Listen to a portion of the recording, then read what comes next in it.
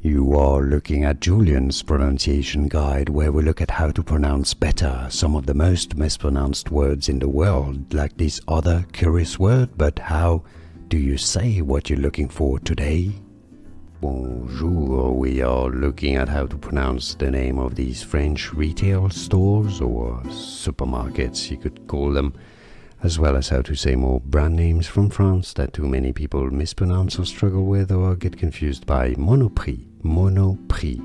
Prix is French for price, so it kind of means one single price, which is not, it essentially translates as monoprice. Monoprice, just one single price. There's not one single price there, but that's the name. Monoprix. So in English, Monoprix. Silent X, as you've heard. And now you know. More videos for you here to learn more. See you there. Thanks for watching.